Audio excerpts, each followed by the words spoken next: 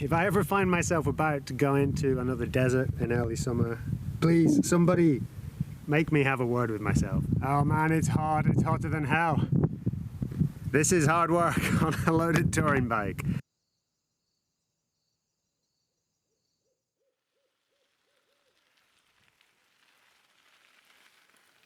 I entered Mexico at New Year and signed up for a volunteering position near Tecate. It turned out to be slave labour, so I escaped and found myself accidentally on the dirt roads of the Baja Divide, a route I'd previously decided against. Buenos dias! I'm in Mexico, in the hills, the north end of the Baja Divide. And I'm heading down to the little port town of Ensenada. I'm going to stay there and practice my Spanish. I can get food, I can get water, I can find a place to sleep. On which subject, 2 nights now wild camping in Mexico. In USA, I had to listen to a lot of scare stories, a lot of negativity about coming here. It didn't really put me in a good mindset, but having been here now for a week and a half, I have nothing but good things to say. Yeah, so far, so very good. I left Ensenada in late March, heading south down the Baja Peninsula with my friend Chema, intending to ride to La Paz, partly on roads, partly on the dirt tracks of the Baja Divide. That is, as much as my heavily loaded world touring setup with tubed tyres would allow, before the summer heat became unbearable.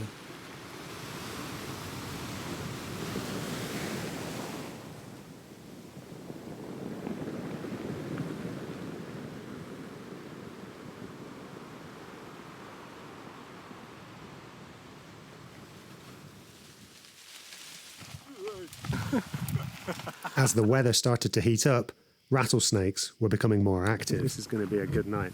Although I just saw my first tarantula in the middle of the road. It was dead. But where there are dead tarantulas, there are live tarantulas, I think.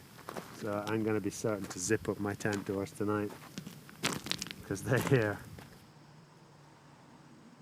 Many people told me that the roads of Baja were dangerous, but the truth is that away from the main towns, Baja's highways have very little traffic, and Mexican drivers are mostly very careful around cyclists. For me, the best thing about cycling in Baja is the fantastic wild camping. I enjoyed some beautiful, secluded camps.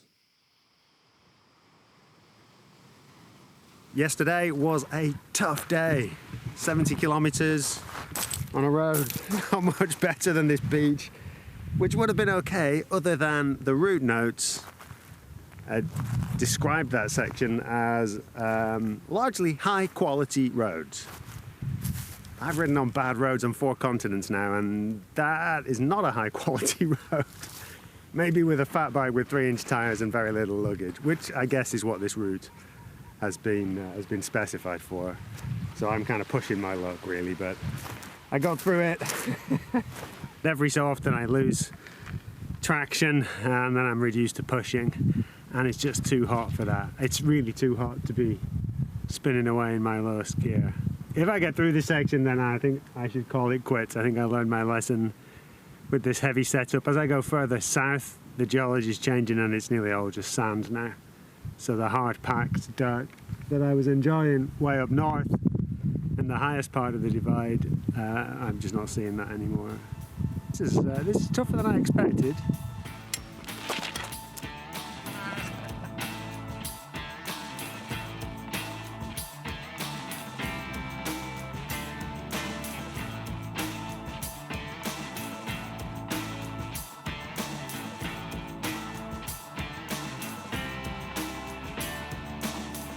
Baja California is a land where everything wants to kill your bike.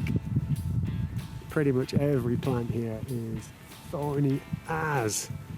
Very, very spiky, and if little bits of that break off and get into the road, yeah, you're in a world of punctures. But touch wood, I haven't had any yet. So my rule, this is the deal I make with myself, if my foot goes down, then I take a swig of water. Well, that's almost hot enough that you could put a tea bag in it. Not very refreshing, but it will keep me alive.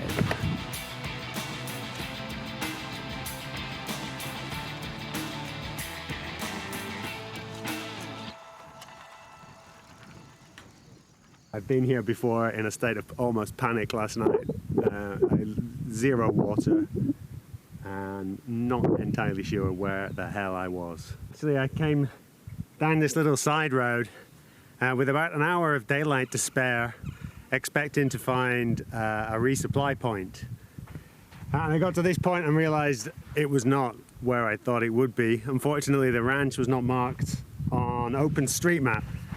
So from the description, I expected to find the ranch here, and when it wasn't, oh, my heart sank. So these are the ups and downs of cycle touring in the Baja Desert. After the Vizcaíno Desert, I fast-tracked for several days on the highway to beat the summer heat.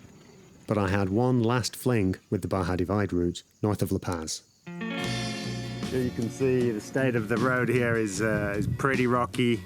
I can maybe cycle for, I don't know, 40, 50 meters max, and then I'm off again, having to push and drag the bike through this. So, yeah, shaping up to be a pretty strenuous morning. But what scenery.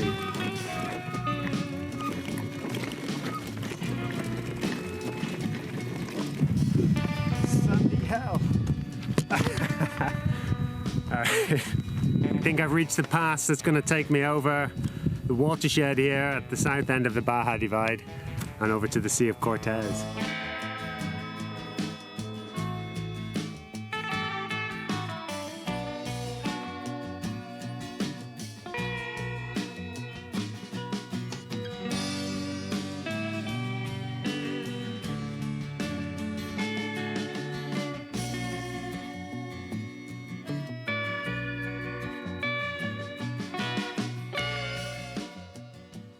Wow, having to climb up away from the sea briefly, maybe a couple of 100 meters up. Oh my God, it is hot now. I can actually feel the heat off the ground, I can feel it off myself. I got maybe, I don't know, altogether 3/4 of a liter of water left.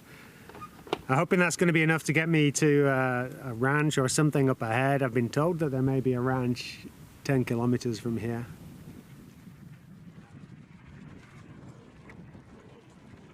It's been an ass kicker. I gotta hold my hand up and say I slightly underestimated the severity of some parts of the Baja Divide.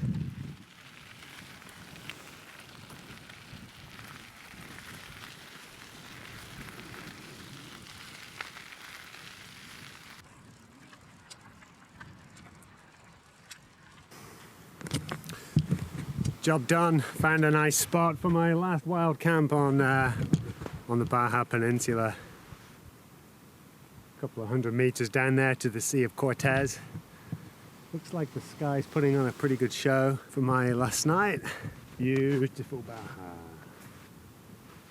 My home for the night.